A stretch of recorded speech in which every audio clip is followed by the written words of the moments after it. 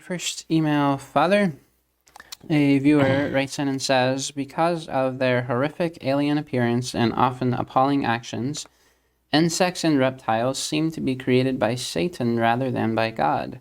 But because only God can create, we know that these vile animals were created by God. But Father, I ask you to speculate whether these creatures have always been so demonic, or if they became so only after the fall.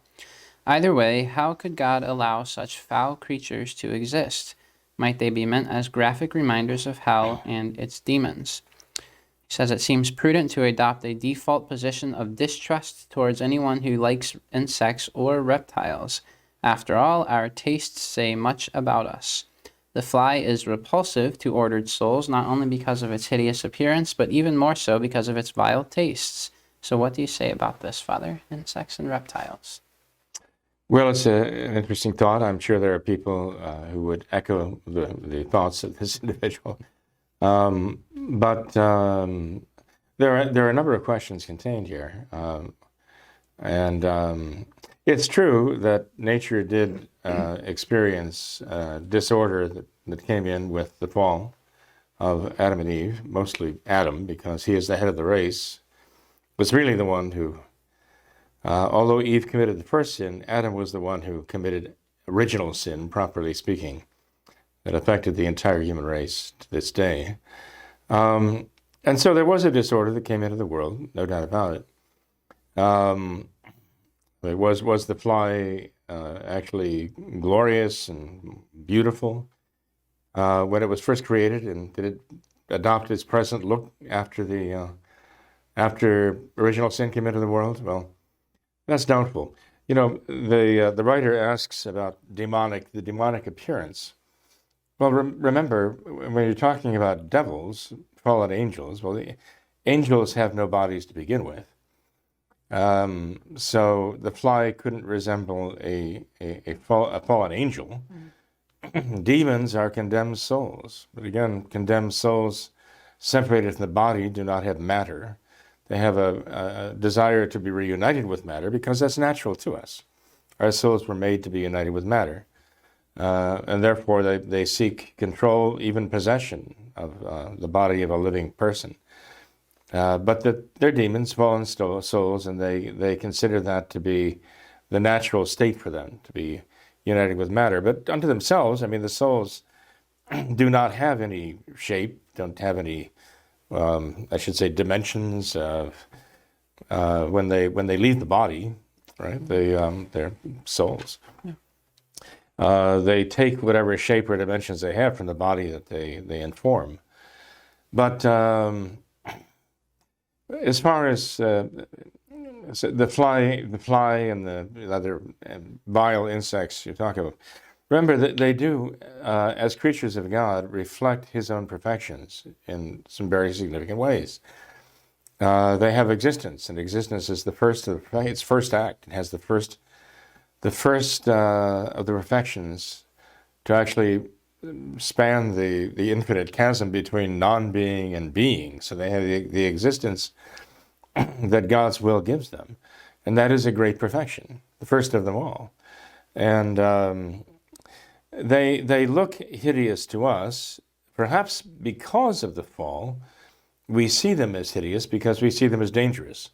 They would have become dangerous to us because of the fall.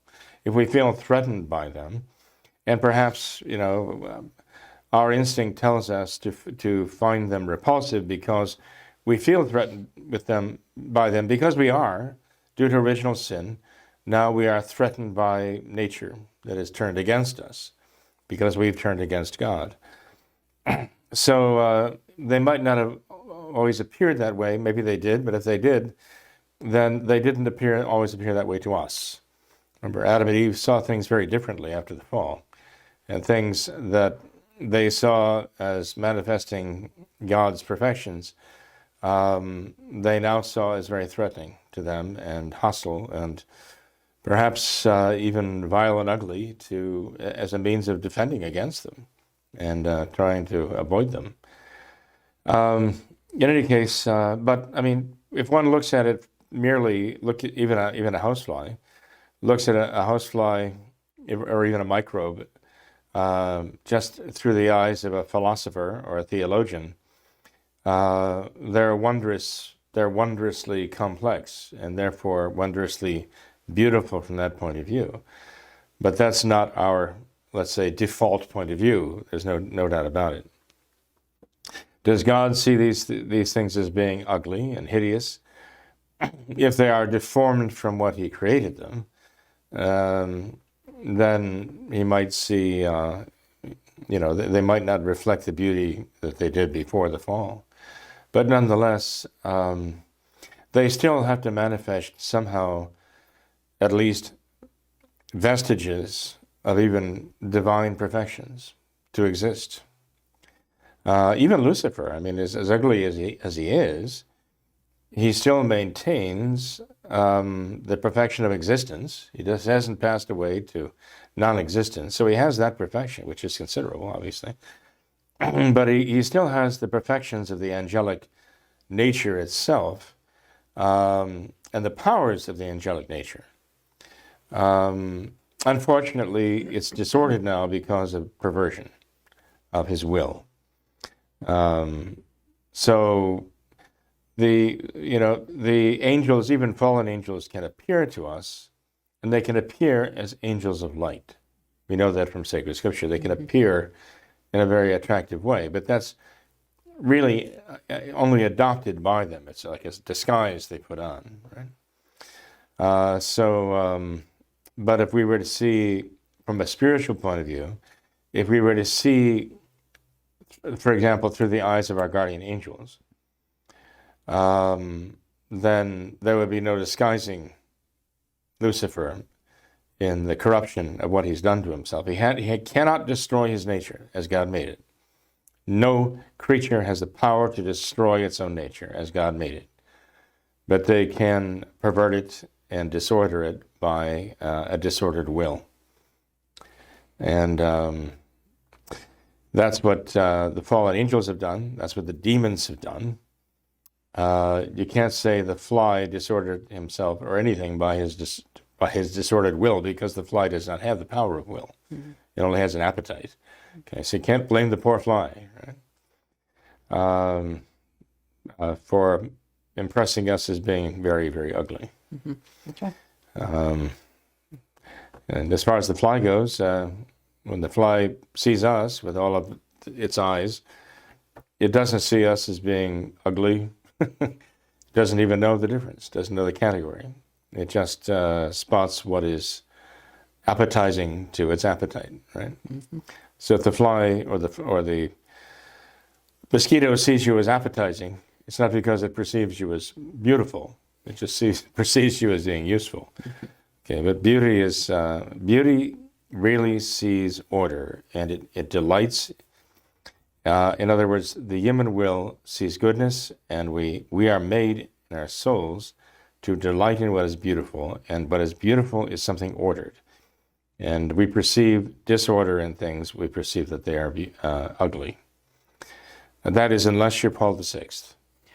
Unless you're Paul VI, if you go through his collection of art that he enjoyed, that he found very, very striking and I guess beautiful in a very strange sort of way, to anyone else who has any sense of order left in his soul, these things are absolutely hideous. If you want to see what I'm talking about, go through the Vatican museums, go to the Sistine Chapel, get through the Sistine Chapel, and then go see the private art collection of Paul VI, and tell me if it isn't absolutely horrid and devilish and hellish even. For that matter, just go up to St. Peter's Basilica, right?